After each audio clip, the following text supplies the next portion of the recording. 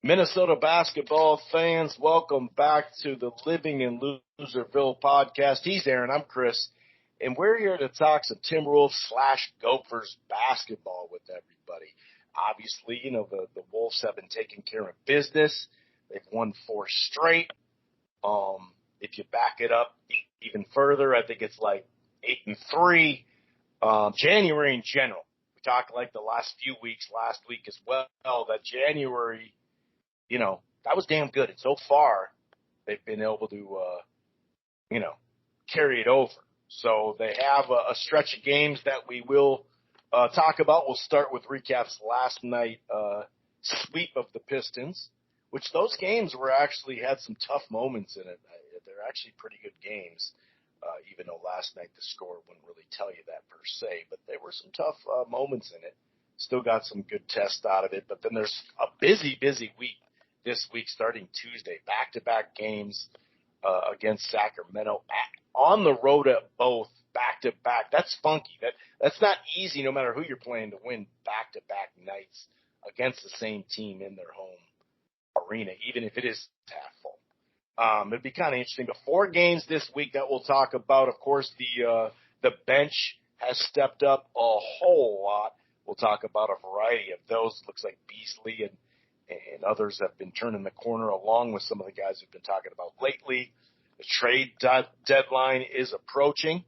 Will they make even a minor move? Will they surprise everyone at this point and make a big splash?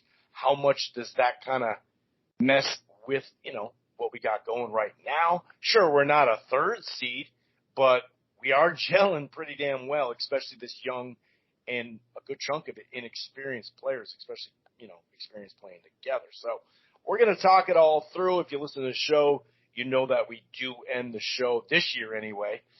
In years past, it was Gophers heavy and then Timberwolves in the second part a lot of times. But this year, no disrespect to the Gopher basketball club.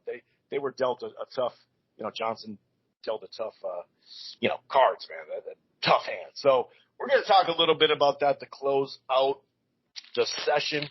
But if this is your first time listening to the Living in Loserville podcast, welcome. It's available in a variety of ways. It streams live on blogtalkradio.com/Rope-A-Dope Radio. You don't have to go to Blog Talk and Rope-A-Dope, though. You can find this here podcast under the Rope-A-Dope Radio podcast on Apple Podcasts, iHeartRadio, Player FM, TuneIn, Amazon Music. We're also part of the Grueling Truth Sports Podcast Network. While you're at it, why don't you head on over to gruelingtruth.com. And also, well over a year now, Aaron started this page on Spreaker. It's called Living in Loserville. Check it out, Spreaker, Living in Loserville. It's this show plus, there's some other podcasts he does that you may like. Check it out. And one more thing. If you're thinking about cutting the cord or you're not quite happy, I got something for you. It's called DirecTV Stream. The prices start as low as $69.99 a month. This is the best of live TV and on demand. No annual contracts, no hidden fees. If you upgrade to the Choice or Ultimate package, that'll give you 3 free months of HBO Max, plus you get to enjoy regional sports networks with no additional fees. If you go all the way to the Premier package, that'll give you HBO Max and Showtime already included. That's DirecTV Stream. All right, I'm going to bring in my co-host, Aaron, and see how he's doing on this finally in the teens temperature day in February. And it looks like we got a nice little 4 or 5 day stretch where we're not -1 with the -10 feel with the wind. Yeah, that's nice. 4 nice days coming up. But you never know. I kind of take all of the weather forecasting with a grain of salt. Speaking of a grain of salt, sorry about last week, everybody. Wasn't here. I had to work with COVID and everything running through the world. Schedules have been kind of weird, so I know Chris did it solo last week, but I'm back this week, and it looks like the Timberwolves are on some kind of a run. Chris, I'm kind of hesitant to say it's a run because we've been probably forecasting a run for this team for the last 3 years. Like, run's coming, we could see, but they managed to win a few games, and that's good to see. You're right, the week coming up is going to be challenging, but I thought the last, the week before last was challenging as well, and I think they came out just about as well as we thought they were going to come out on that one. Yeah, it's funny. 2-2. Remember? We said, hey, it's all good if we can get the 2-2 and back it up. like I said, 8-3. I think if you back it up a little bit further, it's 12-5 now. And, we went over a variety of items from January, the last two podcasts, and how they just got that thing cooking. And they really do. I mean, it's been fun to watch, really fun to watch. And actually, it's the fourth straight game they scored 125. That's the first time in team history. And, with that stat, it's really good this year, but you don't really look at it as like a team history thing because we all know scoring is, at a much higher rate. But whenever you're putting up, 120 plus, it's 121.5 in the last, since January 3rd. And it's shooting 48% from the field. It's less turnovers. It's points in the paint. It's spreading the ball as well. That's been really, really big. Spreading that ball. 2 nights ago, 35 assists on 40 made field goals. That was the third most in a game this season. I mean, it's been a lot of good things, man. No doubt about it. And it's not just the stats that you laid out, Chris, and it's hard to say as a Timberwolves fan, but I'm going to dare say that you're beating the teams that you should beat. The Pistons shouldn't give you that many problems if you think you're a playoff team. You're dropping a few, but that's to be done in the season.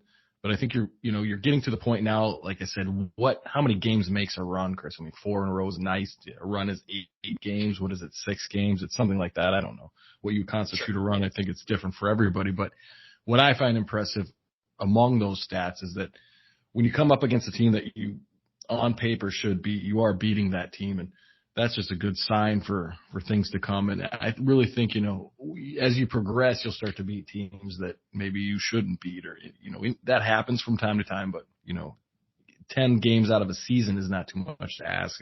Maybe games that you shouldn't win. And, they're playing well defensively. That intensity is, I'm not going to say it's improved, but I'd say maintained is a good word to say for that. And that's how you win games in this league. I mean, with the points scored, like the Suns, they scored 134 on us. Now that's not a defensive gold standard, but there's a lot of 109s. There's a lot of 106s, things like that, where you're keeping teams from scoring at will, particularly in the fourth quarter, which used to be an albatross around our neck. I mean, we could be up by 10 in the end of the third and end up losing the game. That's not happening this season, and that's a bright spot. Yeah, or a chunk of years ago when Love was here, we'd be, pretty mediocre and porous for 3, and then we make a run late, and we're number 1 in points in the fourth. Well, that's great. We're always coming back, But you're right. In this stretch, there has been talk about, not necessarily like you said, the defensive intensity that's been there, but there has been a notch up in allowing points too. But some of it kind of comes, if you're going against Golden State, or if you're going against Phoenix, like you said, that's going to be 115 and up more than likely, But even like two games ago in the first Detroit game, it was 100-78 at the end of the third, and the bench played a good chunk of those 12 minutes in the fourth quarter, and then the last 4 minutes they gave up a fair amount of points in that time. So that plays into it too. If you're sitting your starters, or like some of these games where they played most of the fourth quarter of the bench because, hey, you got more than a double-digit lead, as far as 10 or 12, it's 18 and whatnot, and 178 closing up a third. If the starters come back, D'Lo usually comes back a little earlier to play with the bench, but if the starters come back by the 7-minute mark, they're probably not going to put up as many points as they did. And last night, kind of back and forth throughout the game. It was very competitive, and then they did kind of open it up 91-84 with 10 minutes left. Beasley went off last night, 5 of 9 from 3. He had 20 points and 9 boards. McDaniels had this moment where he hit a 3, came back down, made a nasty block. I think J-Mac fed him the 3, and he knocked it down. Did get, though, I think it's 6 home wins in a row. We were struggling there. Some of that had to do with the lineup and who was out, but we were struggling at home a little bit considering if you look at the record. So that's 6 in a row now, but It was 107 to 102. And it was like, okay, let's close this out. It's like 3 minutes left. D'Lo got fouled on a three-point attempt, hit all three, had this weird leaner that he probably got fouled with, and had a little dribble step back to kind of close it away with a three. Next thing you know, it's 118 to 105. So, yeah, we didn't get to 120, but, 105 is pretty good, too. It kind of sounds, for like not really old-timers, but, compared to teens and 20s were old-timers, if you look at it. Even saying 108's not bad. It's kind of funny to hear when you look at it. But this run here, has us set 3 games now, above 500, 28 and 25 in the 7th spot. Denver, we're knocking at that door of the 6th and really the 5th spot too. But that 6th spot only a game away. We do have, I wouldn't really go and call it a huge cushion with the Clippers because they just made a trade actually too. They'll get a little healthy. I think Paul's going to be able to come back. Not sure about the rest out, especially Leonard. But that's a 2-point, 14.5 to 16.5. That's a 2-point game on them. The Lakers are going to get healthy. They're going to make a run. So I think the Clippers and Lakers will make a run. Portland without Dame Lillard, it's going to be tough. New Orleans, if they ever get Zion back, maybe they could make a run. But we're good. I mean, knock on wood, something would really have to go bad in this Timberwolves. Something would really have to go bad not to at least make the play-in. But if you get that 6th spot, Aaron, you don't have to worry about the play-in. No, you don't. That's what you're shooting for. Like you said, we said that a few weeks ago. In our eyes, this is an evaluation year. And if you can get to 6th seed in an evaluation year, you can really start to formulate what your future might look like. And the play-in game is the play-in game. Let's say you win it, then you can go on and play in a series and also take a look at it. But if you actually have a seeded position in the postseason, I think it gives you a better look, depending on if you win your series or whatever. But at least you get to match up and see what you might need and what you don't have, and perhaps what you do have. I mean, I'm most impressed with last night's game with just and what's been going on lately. It was just the minutes distribution and how deep we're getting in some of these games. I mean, we're down to 2, 4, 6, 8, 10, almost 12 players, maybe even deeper for minutes of guys that are playing. I mean, the biggest stretch of minutes is Edwards at 35, but, you're going to want to play Edwards a lot. But then Prince had 2 minutes and managed to get 2 points. And so you're actually, as far as role players in your bench and guys you can use, you're pretty deep as a team here. And again, you have your core 3 that you think you're going to ride with. So, that's impressive to me is that you're getting, 7 minutes out of Noel, 10 minutes out of Reed.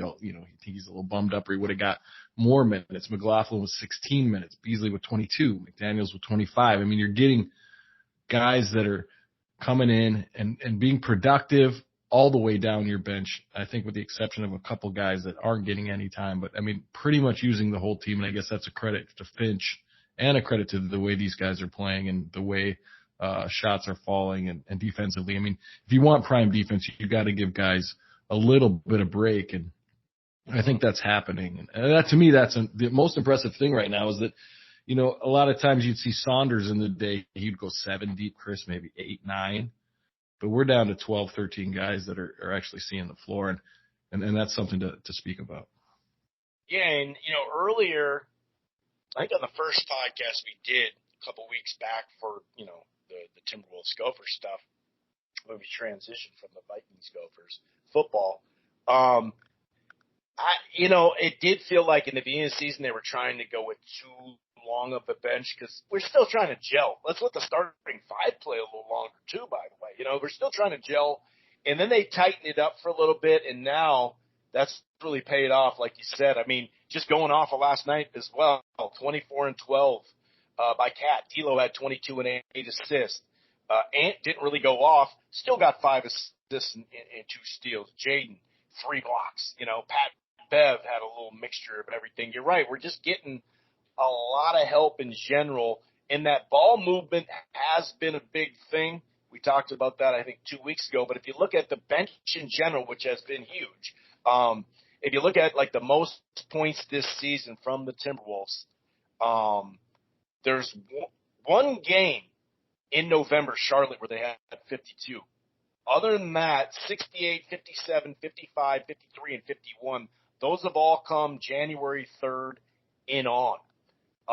And, we definitely talked about Prince and McDaniels and how they definitely, turned the corner. Just last week I was saying, man, Prince has really turned the corner. Then he just goes off even more. Now, luckily last night, he is day to day because I was a little afraid of either him or Nas, but especially the way Prince has been playing, just lights out from three. But now Beasley and J-Mac getting a little run as well because, of course, D'Lo just got back last night and Pat B got back a few games ago. So he got some run too, J-Mac. So, and we know that J-Mac and D'Lo last year played good off the bench. We saw a little of that as well. So the overall depth of the team, the passing, moving the ball more so it is more catch and shoot instead of dribble, and step back all the time. Now, once you've hit a couple, cool, do your thing. And we're not talking about Steph Curry. He can shoot a three anytime he wants. But, I think some of that was, moving the ball, catch and shoot. And we talked about, I think on that first show as well, that was the biggest transition from Ant himself is like they flashed that stat like 10 days ago, 2 weeks ago. 77% of his threes were coming from catch and shoot.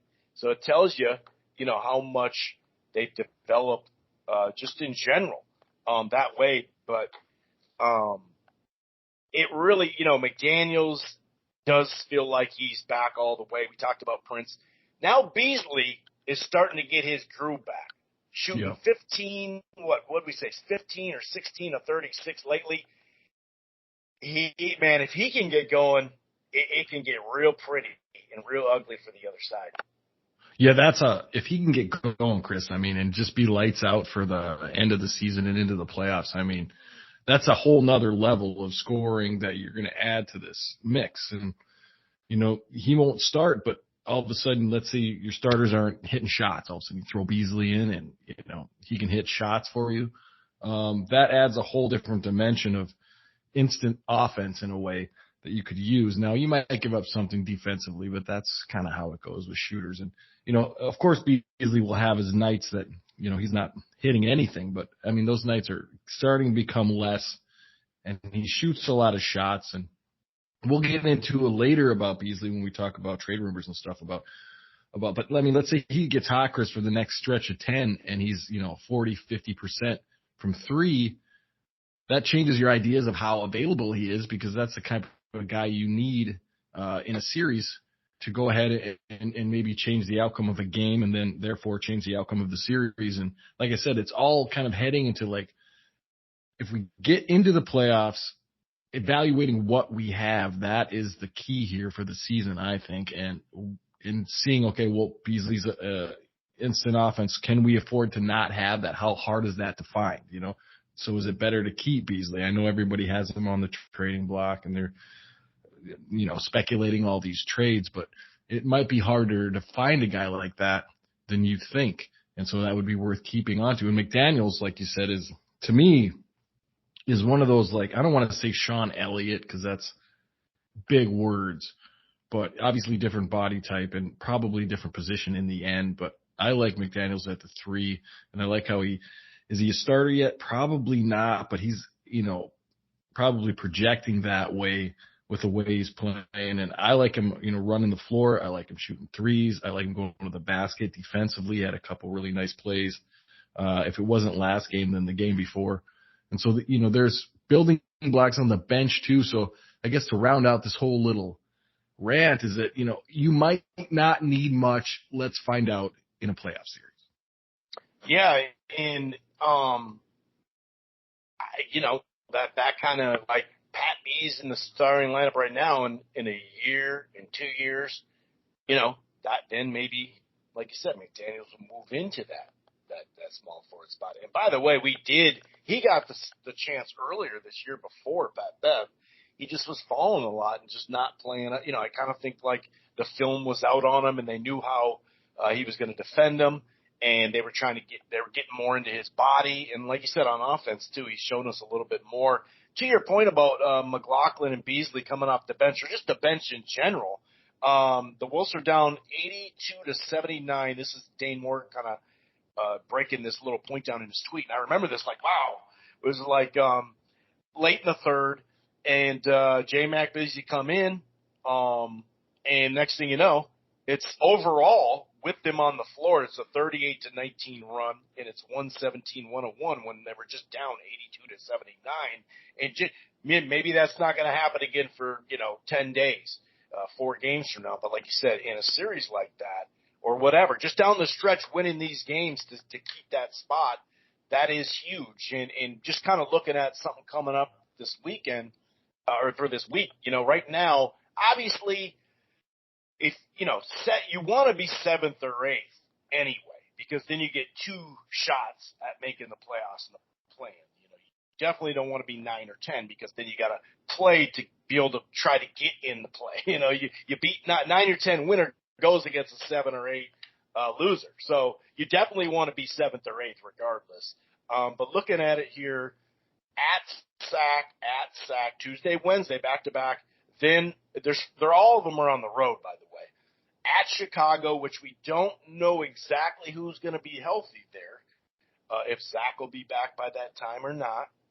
And then at Indiana, and Indiana's one of those teams that it may look a little different by the time we get to them after Thursday's trade line. Wednesday night, there's potential for that as well, for Sacramento not to have some missing parts in general because they're about to trade him, and why sit there and tear somebody's ankle up? Going into these games, though, Terrence Davis, a vet, he's probably out with the wrist. Bagley's day-to-day with an ankle. It sounds like Darian Fox is not going to play tomorrow night, and he's day-to-day, but he may not play Wednesday night, and that's the type of thing that I'm talking about. That might be that reason why. And like the good news officially on the injury report, day-to-day ankle and day-to-day knee for Naz Reid and Prince. So when you look at this stretch here, Chicago's the toughest game. Obviously, especially at Chicago, they're playing great this year. They've really added to their team majorly this year. They had like a good core, but they couldn't get in even with the play in the last years. They couldn't get in the playoffs somehow.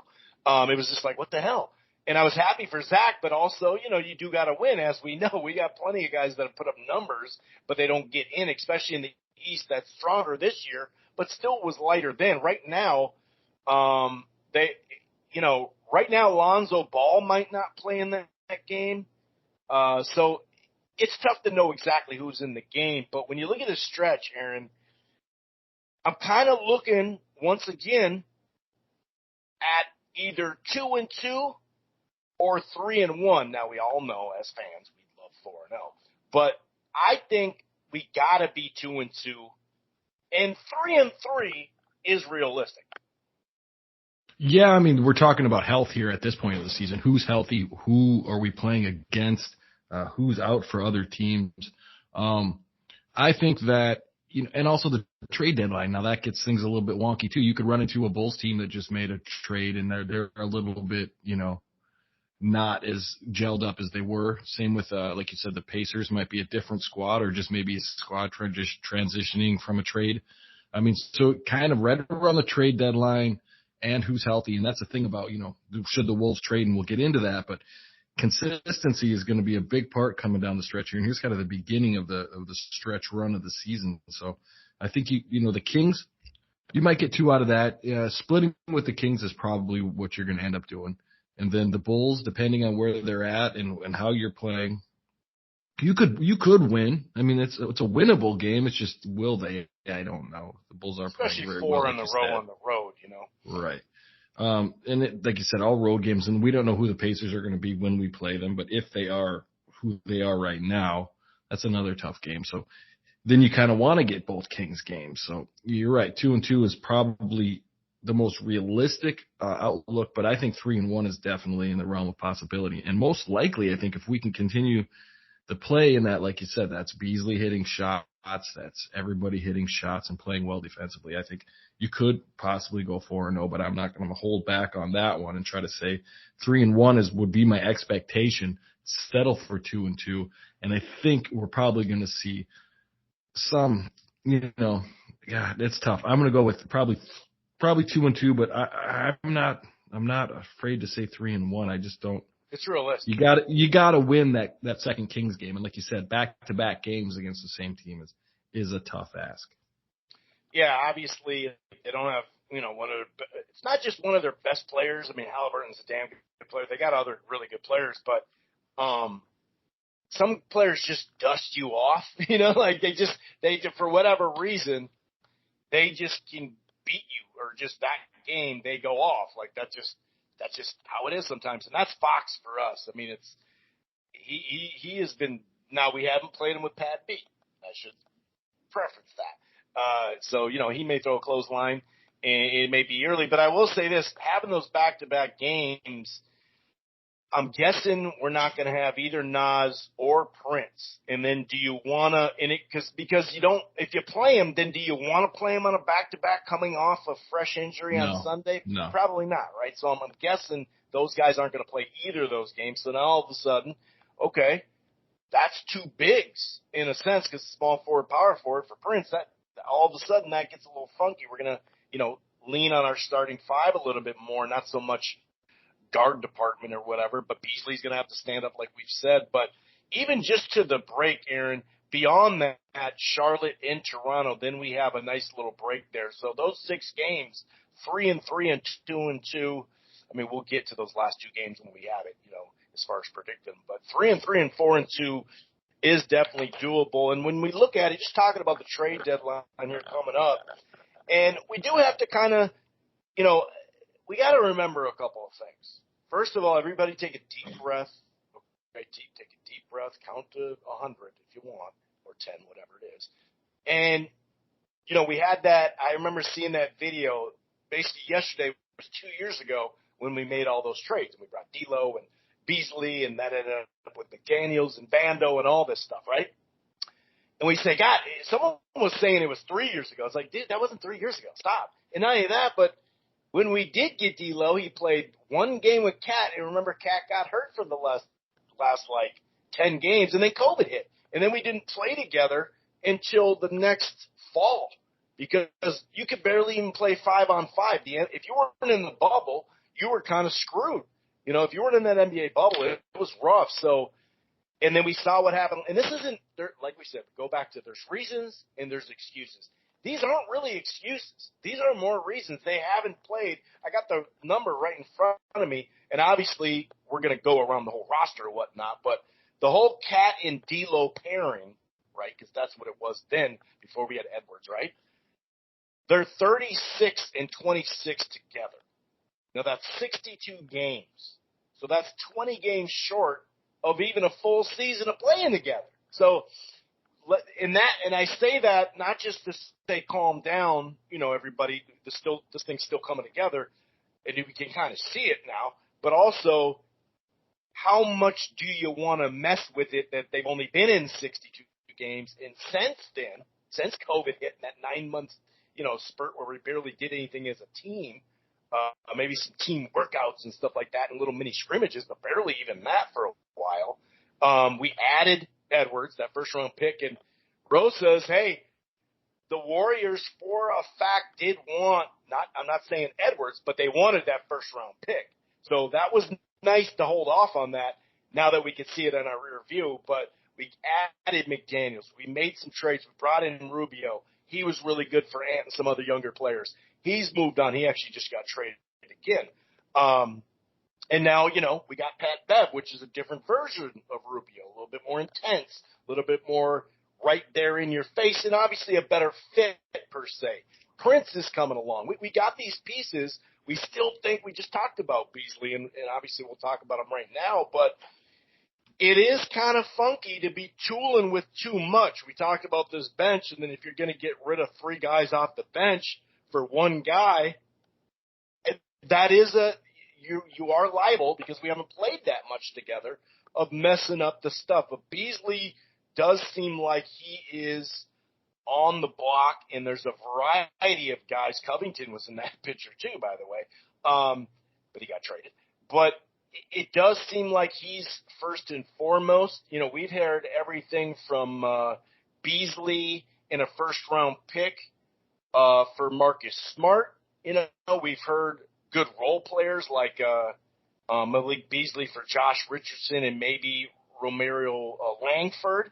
Richardson, a 3-and-D, shooting 40% and has this year and next year on a contract. And Beasley, by the way, technically has beyond this year 2 years on his contract, but it's really just one next year because it's a team option, which is a good thing when trading anyway, maybe next year or for us, because then you're like, well, we'll give him a try as another team. And if we like him, at least we have that team option that we can keep him around if we do like him. What are your thoughts just in general, though? Okogie, Naz Reid are also on the block. What do you think here, man? Because you always want to improve your team, but it is a risk. Yeah, it is. And, you surprised me. I didn't realize that Rubio had got traded. Everybody knows how I feel about Ricky. He was playing really just well. Happened, so it's pretty new. Yeah, to the Pacers. So the Pacers are going to look a little different when we face them. Well, Rubio won't be playing, though, because he's hurt, unfortunately. Oh, he's hurt. Well, okay. So then maybe they won't look a little bit different. Nonetheless, to your question about, to do any, I kind of fall back on the old adage, if it ain't broke, don't fix it. But at the same time, you don't want to pass up a great opportunity if it presents itself. Now, we did mention Marcus Smart in a trade that might be worth taking, but like you said, you don't want to lose 3 guys off your bench and in your rotation with the guys that you've been playing with and actually playing pretty well with. So, I'm in the camp of at this point in the progression of the squad to leave it alone. We'll talk about it in the off season, maybe, see how whatever, knock on wood, playoffs go and go from there. Now, obviously everybody doesn't think the way I do or you do, Chris. So, if they do make a move and it is Beasley, like I pointed out earlier, Beasley, for all his faults, can drop 20 in a quarter. And it's hard to find a guy like that nowadays who has the balls to take the shots and 2 to make the shots. That's a tough thing to ask now. Naz, at this point, trading him to me is why you need that size that you don't have right now. Maybe trade him for another big man and then you have the size, but then big, right? It'd have to. And then I think Vando's untouchable just because he fills a position on your squad that you just have no depth at. And, so you're probably looking at trading guys possibly like Prince, maybe like, I think McDaniels is untouchable. If I'm the GM, McDaniels is untouchable. But his name still annoyingly gets floated out there in all these trade rumors. Like, you got to be kidding me. Why would you? A month ago, it was much easier to say that, Yeah.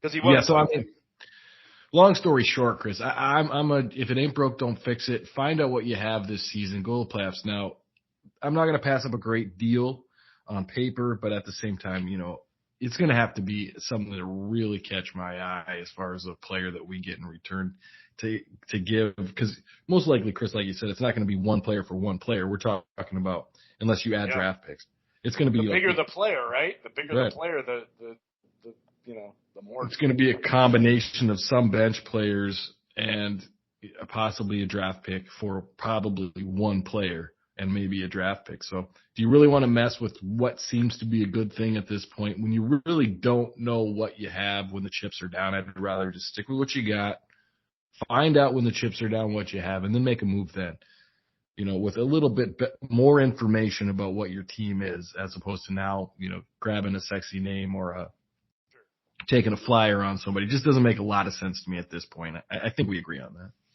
Can you hear me right now? My mic just kind of messed up. Yeah, I can hear you, but you're quiet. I probably just because I replugged. Hopefully it'll come back.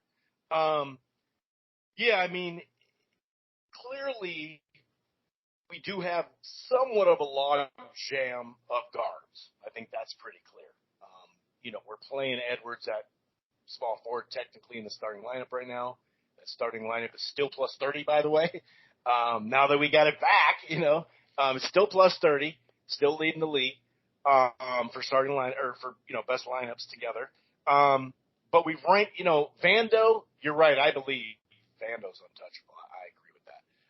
His deal is too damn good. We still got him beyond this year for 2 years at a steal of a price now. And there were some local media members, I don't like that deal. It's a little too much. Are you sure? Are you positive? But he's just come too far. But on offense, he's improved so much, passing the ball, finishing like crazy. And, just cutting really hard and setting the screen and rolling and all that. We know that. He's been awesome. But because he's all over the place, on defense, guarding some of the, hardest swingman and point guards out there too, we're still 30th in defensive rebounding.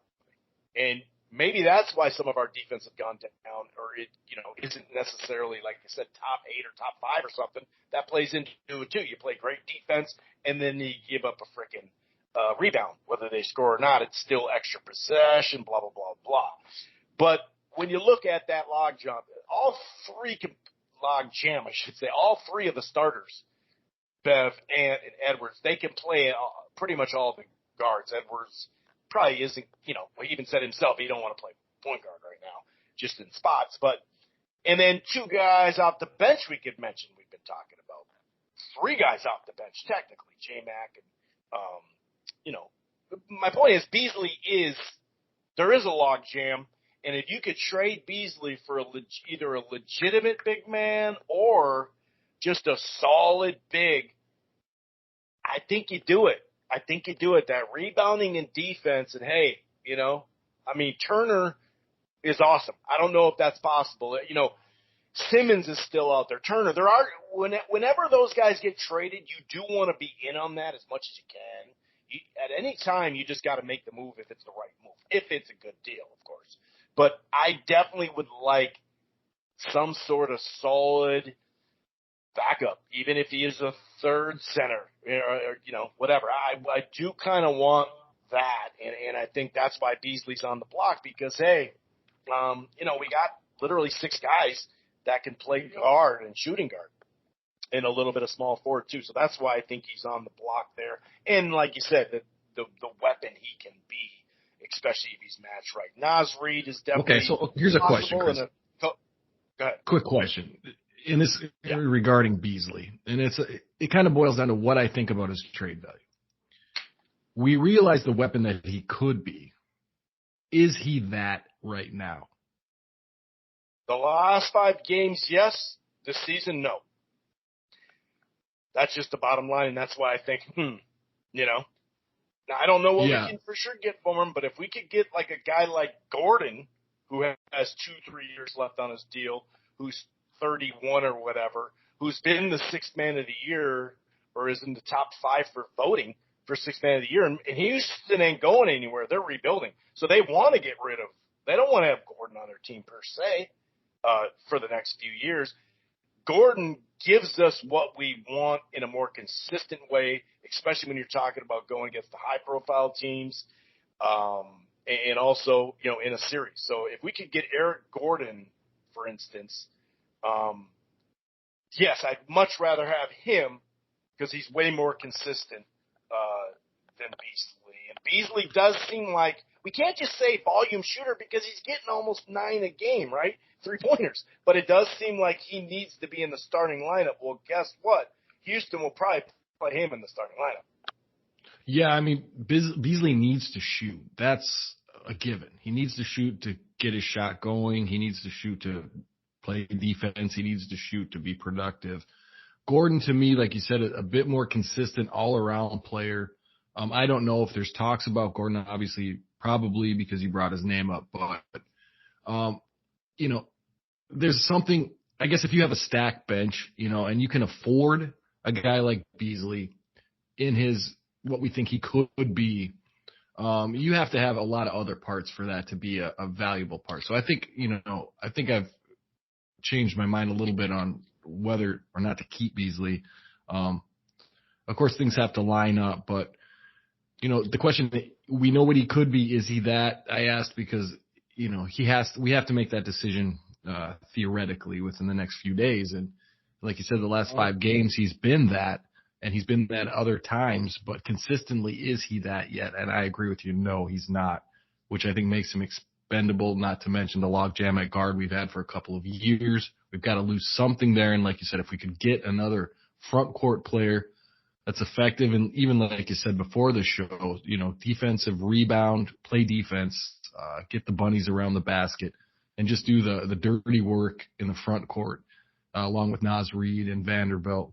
I think that's a more valuable piece at this time. And maybe, get a big enough guy you can move Cat to the straight up 4 position offensively. And I think that helps him a little bit too. So, yeah, I'm on board with you on the Beasley, but it's just like, what are you going to get back? And, what else do you have to give? Those are the common trade questions. But nonetheless, I think he is probably the most tradable piece you have at this time. Any other items with our beloved Timberwolves before we switch down to our Gophers to close out the show, sir?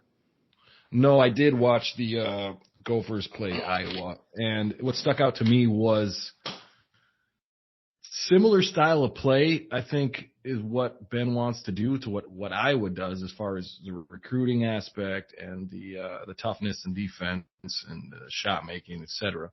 We obviously don't have the talent that Iowa has at this point in time, but I can see the vision kind of being what they have going on at Iowa, and I like that direction.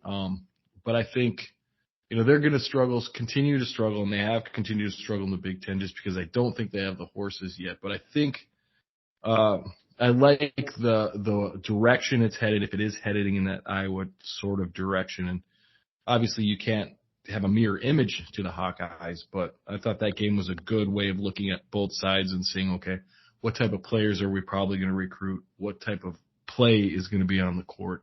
And I feel like that's probably the best comparison throughout the Big Ten. And I don't know if you agree with me, because a lot of people want to say Wisconsin is sort of the model here. But I kind of think it's more of an Iowa fit, because a lot of times they find these kids shooting from barns in small town Iowa and get them to the court. And I think that's what you can find here in Minnesota as well. I think you could say it's a combination of both. I mean, I don't really – there is differences, but I definitely point to Wisconsin because they've had a way more success. But I see what you're saying. I definitely see what you're saying. I think just in general, not worrying about a 4 and, a 5-star. You're not going to get a 5-star until you get to the Sweet 16. You may still not get one, but you could maybe get 3 4-stars. You're not going to do that until they say, you know what, I kind of believe in it. Let's change the tide. That Iowa game, up 39 to 38 or something at half, or 38 to 34 or something like that. And then 37 to 21, that was rough. The starters played pretty good. Battle, he had a rough one. He got in foul problems. He shot 1 of 12, 0 from 6 from the field. Sutherland was the only guy to score off the bench. That was rough. You know what I mean? But they still show that grinded out type of thing, no quit. I know it sounds, cliche, but point blank, they were down like 16 or 18 points. I think it was 18 or 20 points to the Boilermakers in the second half. And they made like a 15-5 run or something like that. Got it, shrunk it down to like 6. No, ended up losing the game, sure. But I still see a lot of positives just with this team not quitting. And coaches don't go out of their way, like Painter and like Izzo, to say nice stuff just to say nice stuff. And, Izzo's multiple times has said, even looking back before we're about to play him, and some of his, last, he drew up a play in the last 30 seconds, watching that, being impressed. And I think overall, to your point, it's just getting solid guys that are going to be here at least 3 years, if not that 4th and 5th. And another funny thing that's kind of coming together, and this is something that, funny enough, I was going to talk about on the college ball show in a little bit, is the transfer portal is not all negative, Okay, I understand some folks get a little freaked out or whatever about it, but the transfer portal was there in college basketball far before, college football. But I'm seeing a lot more depth in college basketball amongst the top 50 programs now. Because these small schools where these guys are like, dude, I'm dominating this. I want to go there. They're probably going to play 2-3 years, So I just that all-purpose guys that are going to stay, that are just good college players, not worried about because so many times, like we said, now sure, if we were healthy a few years back and made the Sweet 16, like I said, Pitino would still be here and our recruiting would be much better and all that good stuff. But I just think, year after year, the best way to do it is try to get guys that are going to be here 3 to 5 years. You know what I mean? And I like that. It seems like Johnson knows that. That's how you're going to do it. We talked about how Tubby and Pitino come in here with big names and got some really talented players, and damn, they had some good teams.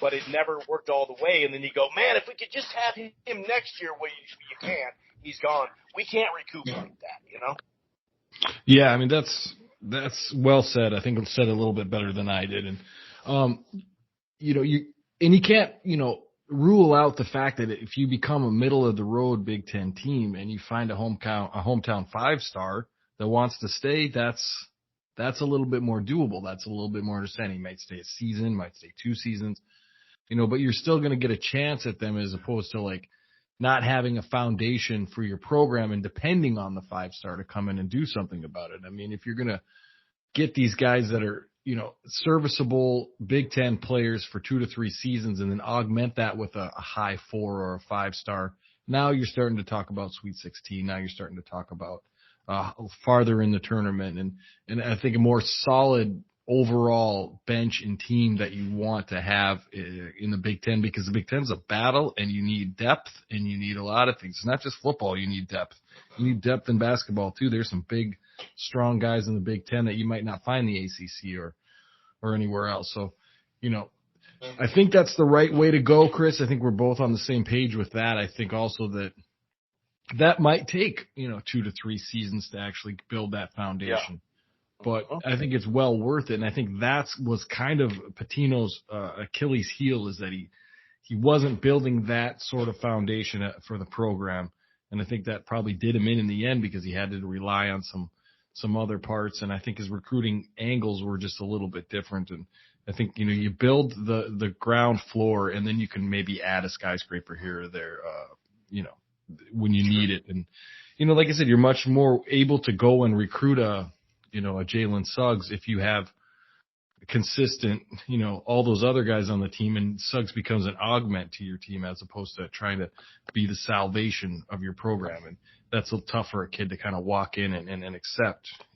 At least I feel like it is. And what you said about the transfer portal, I mean, you're right. It's been around in basketball. I think that's a good thing that, let's say you have a kid that's dominating in D2, he gets immediately get a chance to step up a league and see how well that goes. And I think that's kind of what this Gopher team has showed. Some of those guys can play D1 basketball and become at least role players, if not more.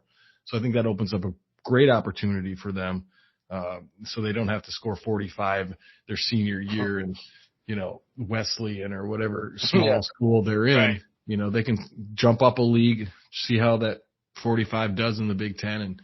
And I think that's a great thing. I want to talk about that a little bit as well.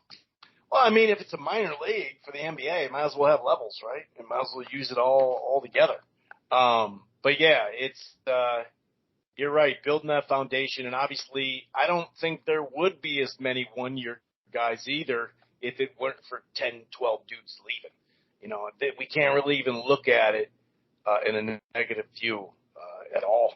To be honest with you, this last off season, and sure, there's going to be like 3 or 4 guys that are going to go. Curry's obviously been here for like 9 years; he's going, but some of those guys are going to be here for 2 and 3 years, and we know that rebounding has just been rough. It's been so rough. I mean, we were already going to be a little undersized, but 2 bigs aren't even playing right now that are going to be here next year and they're going to play. So we'll see.